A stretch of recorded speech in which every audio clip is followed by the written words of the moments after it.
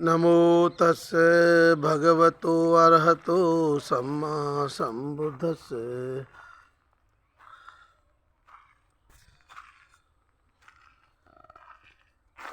आज मैं आपको सम्यक संबुद्ध द्वारा खोजे गए चार आर्य सत्यों के बारे में जानकारी दूंगा। भगवान सम्यक संबुद्ध ने चार आर्य सत्य के बारे में जो बताया है उसमें कहा कि दुख सत्य है, दुख है, दुख सत्य है और दुख आर्य सत्य है। दुख समुदय है और दुख निरोध है। ये बातें आपने भी बहुत सुनी होंगी कि भगवान बुद्ध ने इनके बारे में बताया है, परंतु मैं आप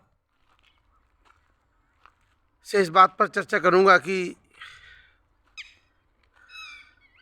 भगवान बुद्ध ने जब ये कहा कि दुख सत्य है, दुख आर्य सत्य है, तो इस सच्चाई को बहुत गंभीरता से हमें समझना होगा कि वास्तव में ये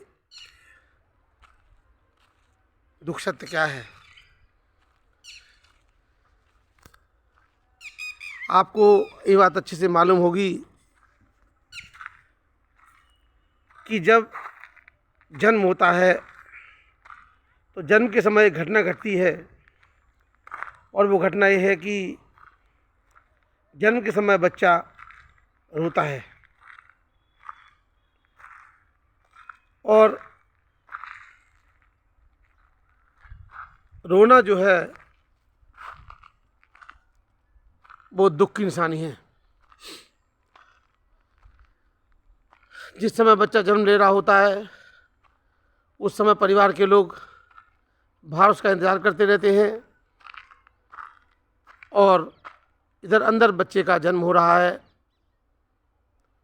और जन्म होने के बाद बच्चा रोता है। यदि बच्चा नहीं रोता है तो उसे जो सर्जन है वो उसे उसकी पलथियों को थपथपा के, हथेलियों को थपथपा के उसे रुलाता है। और बाय द वे इसके बाद ही बच्चा नहीं रोता है, तो ऐसी कंडीशन में जब ये पता चलता है बाहर खड़े हुए लोगों को कि बच्चा तो जन्म के बाद नहीं रोया, तो बाहर खड़े हुए लोग रोते हैं। तो रोना जो दुख की निशानी है वो 100% है। यानी या तो बच्चा रोएगा, बच्चा नहीं रोएगा तो बाहर के जो खड़े हुए लोग हैं वो रोएंगे, परिवार के लोग रोएंगे। इसका मतलब ही है कि रोना जो है वो दुख की निशानी है। और जब जन्म हो गया तो उस समय इसके संबंध में भगवान बुद्ध ने कहा है कि जन्म लेना दुख है तो जन्म देना भी दुख है। जिस प्रकार से जन्म लेना दुख है उसी प्रकार से जन्म लेना भी दुख है। और इस जन्म मरण का चक्कर जो है ये खत्म होना चाहिए। इसी पर भगवान बुद्ध का पूरा रिसर्च हुआ है, इसी पर भगवान बुद्ध ने पूरा काम किया है। जन्म से लेकर मृत्यु तक का जो पूरा समय है, इस समय काल में बहुत अच्छे अच्छे काम करना है ताकि जन्म मरण का चक्कर खत्म हो जाए। और इसीलिए भगवान बुद्ध कहते हैं कि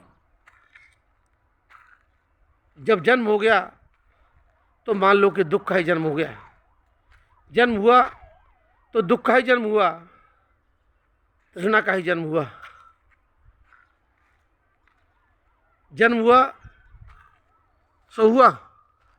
जन्म के बाद जो घटना घटती है या जन्म के बाद जो होता है उसको भी हम अच्छे से समझ लें कि जन्म हो गया तो जन्म के बाद जो मृत्यु का क्षण आता है, ये मृत्यु का क्षण ऐसा हो जिसमें कि हमको जीते जी निर्वाण का साक्षात्कार हो जाए और सारे दुखों से मुक्त हो जाए। काम, क्रोध, लोभ, भय, वासना, अहंकार, तृष्णा, ये जो चीज़ें इनसे मुक्त हो जाए। तो भगवान बुद्ध ने कहा कि दुख है, तो किस बात का दुख है? तो भगवान बुद्ध कहते हैं जाति भी दुखा, जरा भी दुखा, व्याधि भी दुखा, मरणं भी दुखा, यम पिंची न लपति तमपि दुखं, अप्रिय ही संपयो दुखो, प्रिय ही विप्रियो दुखो, पंच उपादान खंडा भी दुखा। ये 8 जो है दुख के वो बताए हैं, इनके कारण दुख होता है। यही दुख है, जन्म दुख है, तो जन्म के साथ साथ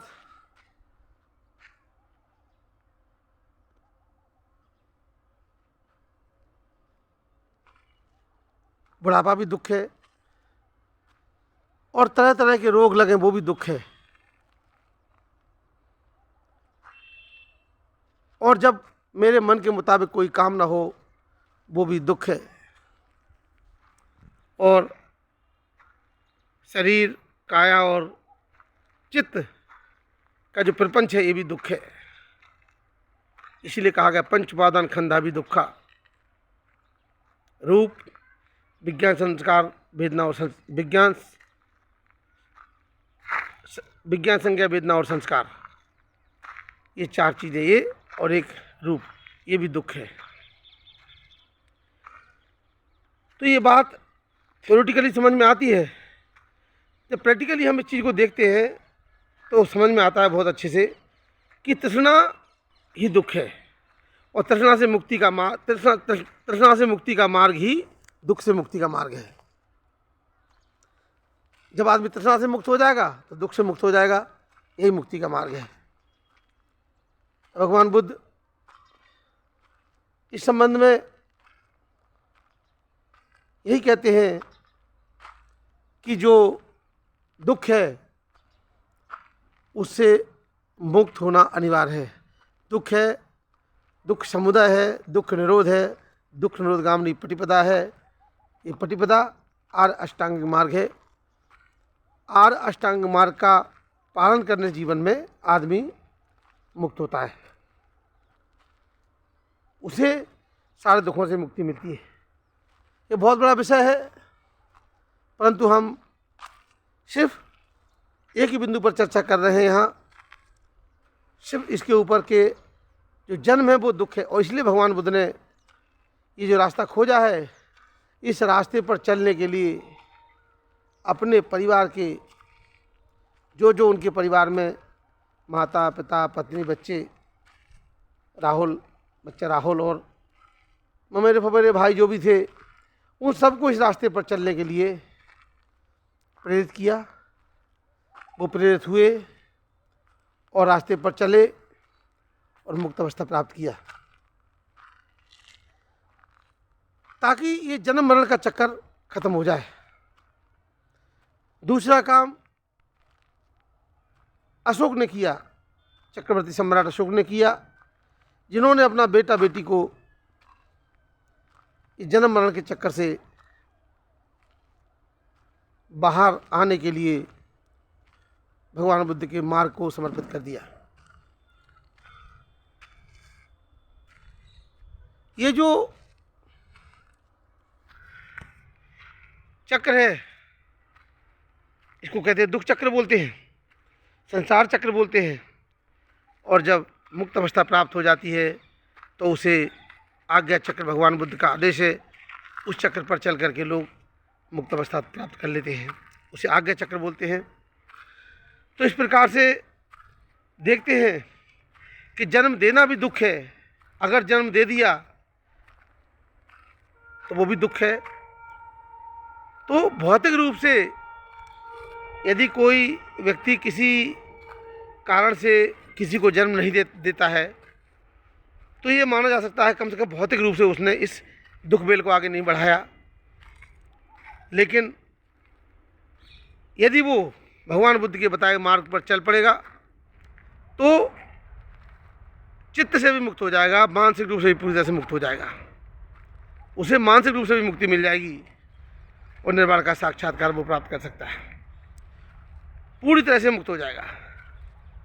तो ये जो संसार है, संसार इस जन्म के चक्कर में ही, जन्म के कारण ही ये सारा संसार चल रहा है।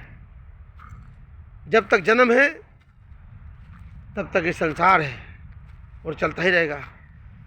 तो कुछ लोग पूछते हैं कि फिर भंते जी ये जन्म का चक्कर आपने बताया है, तो ऐसे तो फिर अगर जन्म नहीं होगा तो फिर संसार कैसे आगे बढ़ेगा?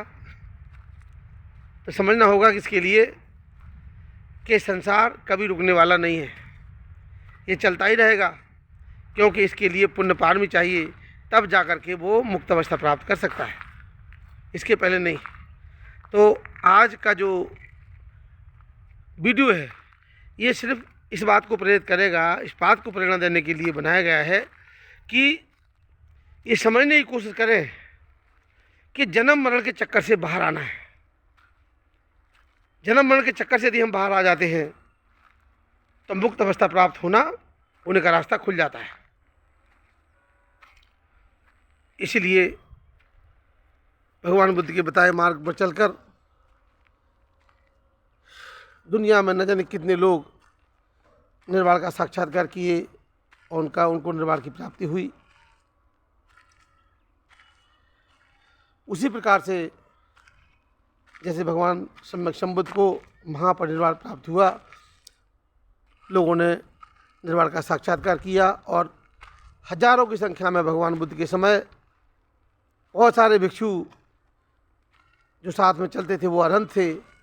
उसके बाद आज भी अरहंत हैं, क्योंकि अरहंत के बिना कोई धरती कभी खाली नहीं रह सकती है, ऐसा भगवान सम्यक संबुद्ध बताते हैं। तो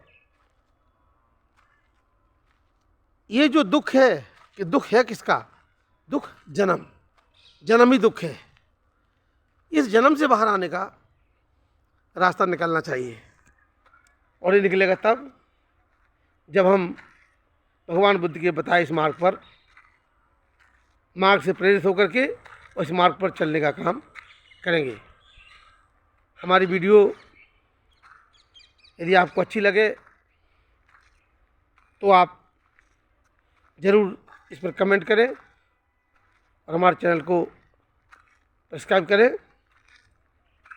और हो सके तो इसको शेयर करें, लोगों तक इसको पहुंचाएं, ताकि लोग भी इस चीज़ को समझ सकें। साधु साधु साधु।